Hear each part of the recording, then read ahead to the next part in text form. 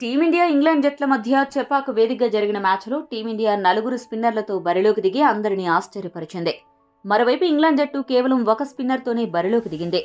దీంతో team India plan చూసి అందరూ ఆశ్చర్యపోయినప్పటికీ చెన్నై చిదంబరం స్టేడియం స్పిన్ కి బాగా అనుకూలించే పిచ్ అవ్వడంతో తప్పక గెలుపు ఇండియాదే అని అందరూ భావించారు. కానీ సీన్ కట్ చేస్తే చెన్నై పిచ్లో ఈ రోజు ఆశించిన మేర డ్యూ లేకపోవడంతో ఇరు జట్లు వారి స్ట్రెంత్ కి వారు ఆడడం జరిగింది. దీంతో ఏకపక్షంగా జరుగుతుందేమో అని భావించిన మ్యాచ్ కాస్త నువ్వా నేనా అన్నట్లు సాగింది. మొత్తానికి క్రికెట్ ప్రేమికులకు ఒక మంచి వినోదాన్ని అందించి ఉంటుంది. ఎలా అయితేనేమి భారత్ జట్టు ఈ పోరులో గెలిచి సిరీస్ లో 2-0తో ముందంజలోకి వెళ్లింది. ముఖ్యంగా టీమిండియా తరపున తిలక్ వర్మ ఒంటరి పోరాటం చేసి చివరి వరకు క్రీజ్ లో ఉండి 72 పరుగులతో అజేయంగా ఉండడమే కాదు, ఇంకా 4 బంతులు మిగిలి ఉండగానే మ్యాచ్ ని ఫినిష్ చేసి అదరగొట్టాడు. కాగా గెలవాల్సిన మ్యాచ్లో ఓడిపోవడంతో ఇంగ్లాండ్ జట్టు మొత్తం ఒక్కసారిగా నిరాశతో సైలెంట్ అయిపోయింది.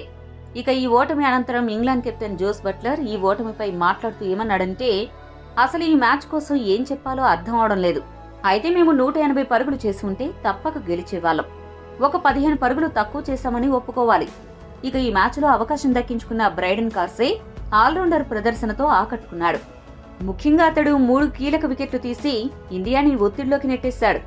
మొత్తంగా మా బౌలర్లు అందరూ చాలా బాగా ఆడారు. Team India young batter Tilak Varma తలకిందులు చేసేశాడు.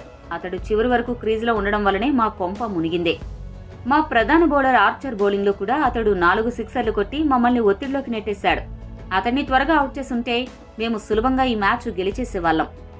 అయితే టీ20 క్రికెట్లో ఇలాంటి పరిస్థితులు అప్పుడప్పుడు ఎదుర్కోవాల్సి ఉంటుంది. అయితే మా తప్పులను సరిదిద్దుకుని 3వ టీ20లో గెలిచి తీరుతామనే నమ్మకాన్ని బట్లర్ వ్యక్తపరిచాడు.